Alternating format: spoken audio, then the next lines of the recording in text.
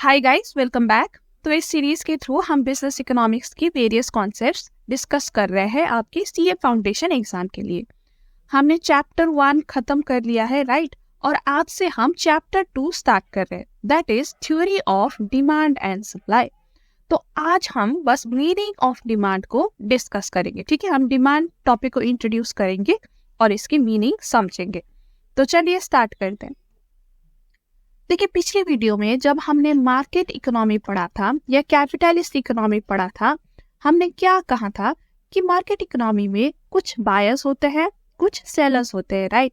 ये इंटरैक्ट करते हैं मार्केट में चीजों की प्राइस के लिए बार्गेनिंग होती है और फाइनली एक प्राइस डिटरमाइन होता है जिसमें ये लोग खरीद बिक्री करते हैं। अब जो ये मार्केट इकोनॉमी है ना, इसमें जो बायर्स है they represent the demand side of the market, and जो ये सप्लायर है या सेलर है ये रिप्रेजेंट करते हैं supply side of the market. अब कोई भी सेलर के लिए ये जानना बहुत जरूरी होता है कि उसकी चीजों की कितनी डिमांड है, क्योंकि ये डिमांड के बेसिस में ही वो डिसाइड करता है कि what to produce and how much to produce. ठीक है, उसकी जो बेसिक इकोनॉमिक प्रॉब्लम है वो पता लगाने के लिए उसको कस्टमर प्रेफरेंस या कस्टमर डिमांड पता लगाना बहुत जरूरी है। So demand becomes a very important concept in economics. अब देखिए, एक सेलर एक पर्टिकुलर मार्केट में उसकी कितनी सेल होती है या कितनी कस्टमर डिमांड कर रहे हैं, उसको हम मार्केट साइज कहते हैं। फॉर इंस्टेंस, मान लीजिए ये सेलर ऑरेंजेस सेल कर रहा है, राइट? सो ये पर्टिकुलर मार्केट में लेट्स से वो 100 ऑरेंजेस सेल कर पाता है पर डे, तो उसका मार्केट साइज हो गया 100।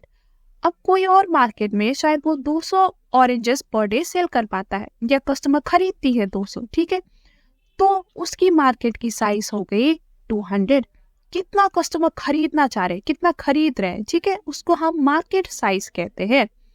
और हर एक बिजनेस में, चाहे वो स्मॉल स्केल वेजिटेबल सेलर हो या फिर लार्ज स्केल बिजनेस टाइकून्स हो, सभी के लिए अपना मार्केट साइज पता लगाना, मार्केट को स्टडी करना बहुत ही इंपॉर्टेंट होता है।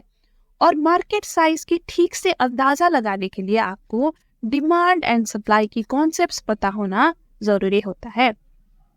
तो हम ये चैप्टर में, सेकेंड चैप्टर में हम क्या करेंगे, हम दोनों डिमांड एंड सप्लाई की कॉन्सेप्ट को एक एक करके स्टडी करेंगे।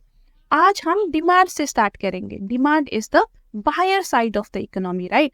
हम बायर के बिहेवियर स्टडी करेंगे कि वो कैसे डिमांड करता है और उसकी डिमांड कैसे चेंज होती है, ये चीजें हम स्टडी करेंगे।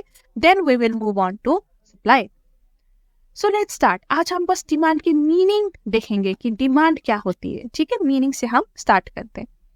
सो चलिए, अब देखिए, जब भी हम डिमांड कहते हैं तो हम उसे जनरली एसोसिएट करते हैं विथ टर्म्स लाइक डिजायर या वांट्स, राइट? हम सोचते हैं कि अगर कस्टमर को किसी चीज की डिजायर है या उसको किसी चीज की नेसेसिटी है, वांट है, तो उसी को शायद हम डिमांड कहते होंगे। लेकिन इकोनॉमिक्स में डिमांड कहलाने के लिए सिर्फ डिजायर होना काफी नहीं है। डिजायर के साथ साथ उस चीज को खरीदने की एबिलिटी भी होनी चाहिए, तभी हम उसे डिमांड कहते हैं। देखिए, डिजायर तो अनेक होती है, राइट?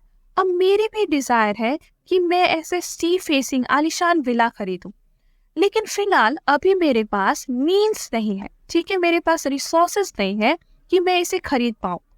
सो मेरी डिजायर डिमांड नहीं कहलाएगी। डिमांड कहलाने के लिए डिजायर तो होना ही होना चाहिए आपके पास, लेकिन डिजायर के साथ साथ उसको खरीदने की मीन्स, रिसोर्सेज, पैसा भी आपके पास होनी चाहिए।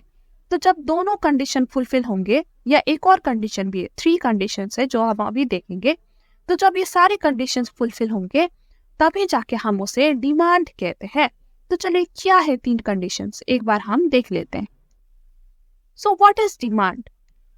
देखिए, the effective demand for a thing depends on first desire. देखिए, डिजायर तो होनी ही होनी चाहिए, लेकिन उसके साथ साथ मीन्स टू परचेज भी होनी चाहिए। आपके पास पैसा, रिसोर्सेज होनी चाहिए उसको खरीदने के लिए। You must be able to purchase it. And the third is willingness to use those means for that purchase. आपकी इच्छा होनी चाहिए कि जो आपकी पैसा है आप इस चीज में खर्च करना चाहो। तो जब ये तीनों कंडीशन फुलफिल होंगे तभी हम डिमांड कहते हैं।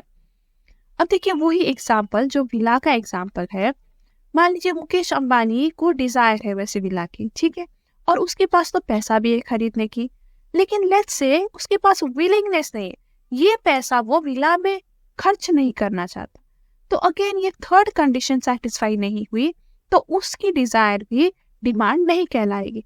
लेकिन अगर वो विलिंग भी है पैसा खर्च करने के लिए उस विला में, और पैसा तो उसके पास है और डिजायर भी है, तो तब जाके उसकी जो डिमांड उसकी जो डिजायर है उसे हम डिमांड कहते हैं। तो when all three conditions are satisfied तभी वो इफेक्टिव डिमांड कहलाता है। Unless desire is backed by purchasing power or ability to pay and willingness to pay, देखिए ability to pay and willingness to pay दो अलग अलग चीज है, ठीक है। ability to pay is basically point 2 कि आपके पास मीन्स होनी चाहिए, and willingness to pay is point 3 कि आपकी इच्छा होनी चाहिए कि वो पैसा आप उस चीज में लगाओ, खर्च करो, ठीक है। सो अनलेस ये तीनों चीज नहीं होती, it does not constitute demand. Effective demand alone would figure in economic analysis as business decisions. तो इकोनॉमिक्स में जब भी हम डिमांड कहते हैं ना, तो बेसिकली हम इफेक्टिव डिमांड की ही बात करें, यानी कि वो डिमांड जो ये तीनों कंडीशंस फुलफिल करती है, हम उसे डिमांड को स्टडी करते हैं एंड एनालाइज करते हैं, ठीक है। Okay, now let's look at the definition of demand. अब इतना तो आपने समझ लिया, तो कैसे डिफाइन कैसे करना है। देखिए the term demand refers to quantity of goods or service that buyers are willing and able to purchase at various prices during a given period of time. तो देखिए willingness and ability दोनों पे यहाँ पे जोड़ दिया हुआ है। So डिमांड होने के लिए desire होनी चाहिए, ability होनी चाहिए परचेज करने के लिए, and willingness to spend that money on that desired goods या फिर desired services. ओके, इजी था, इतना डिफिकल्ट नहीं था, राइट। अब let's look at a few important points about demand. Important points regarding demand. Two things are to be noted about quantity demanded. आप जो भी डिमांड करते हो उसके regarding there are two things that you need to know. First, the quantity demanded is always expressed at a given price. हम demand को हमेशा एक पर्टिकुलर प्राइस में एक्सप्रेस करते हैं, and at different prices the quantities of commodity are generally demanded। देखिए जो demand है ना, it varies from price to price। For instance मान लीजिए अभी आपकी जो ऑरेंज है वो ₹50 पर किलो है, ठीक है, एंड एट दिस प्राइस आपकी जो डिमांड है वो 500 है, 500 ऑरेंजेस लोग खरीदते हैं। अब आपने इसकी प्राइस कम कर दी, ₹40 कर दी, तो लेट्स से कि अब 700 ऑरेंजेस आकी सेल होती है, 700 डिमांड है। सो यू कैन सी कि एट डिफरेंट प्राइस पॉइंट जो आपकी क्वांटिटी डिमांडेड है वो डिफरेंट हो जाती है। तो जब भी हम डिमांड कहते हैं ना, तो हम एक पर्टिकुलर प्राइस पॉइंट की डिमांड के बारे में बात कर रहे हैं। Okay, now let's move on to the next point. The quantity demanded is a flow. देखिए ये एक बहुत ही इंपॉर्टेंट पॉइंट है। अब फ्लो क्या है? देखिए जब भी हम डिमांड स्टडी करते हैं ना, तो हम एक सिंगल आइसोलेटेड परचेज की बात नहीं कर रहे। एक सिंगल परचेज आपका डिमांड डिटरमाइन नहीं करता।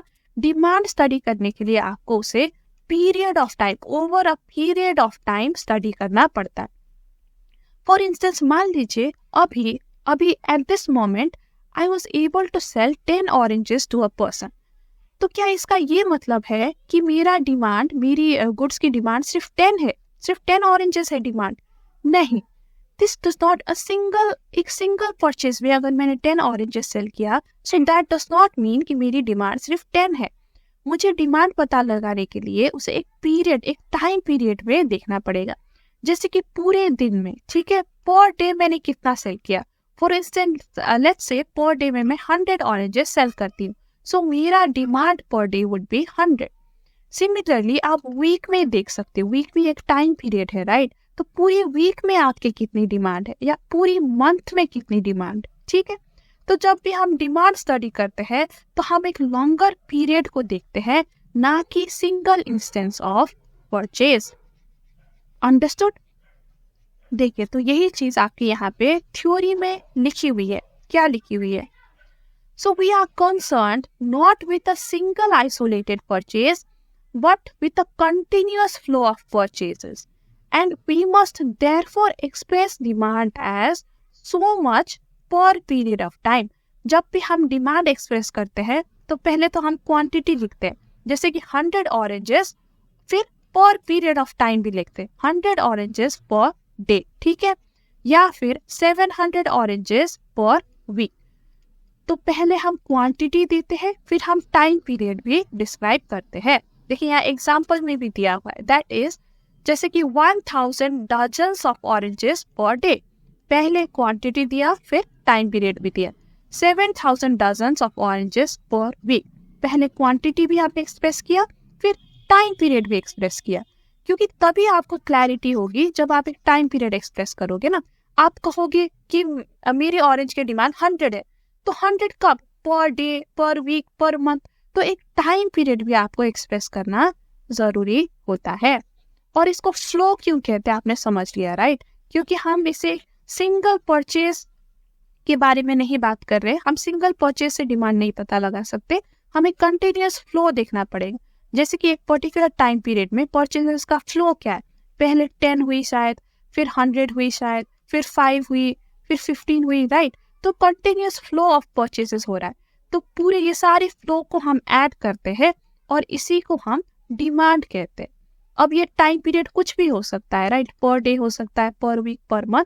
सो जब भी हम डिमांड कहेंगे तो हमें ये टाइम पीरियड को भी स्पेसिफाई करना पड़ेगा कि what is the time period. आप पर डे का डिमांड बता रहे हो, पर वीक का बता रहे हो, पर मंथ का, साल का, क्या? So I hope you understood what a flow concept is. So with this we've come to the end of today's video. तो आज हमने बस डिमांड की मीनिंग देखी है, राइट? अब अगली वीडियो में हम उसकी डिटर्मिनेंट स्टडी करेंगे, यानी कि क्या चीजें जो डिमांड को चेंज करती है या फिर अफेक्ट करती है। तो that we will study in next video.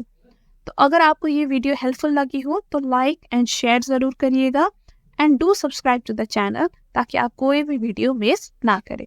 सो मिलते हैं जल्दी ही, तब तक के लिए bye bye and take care.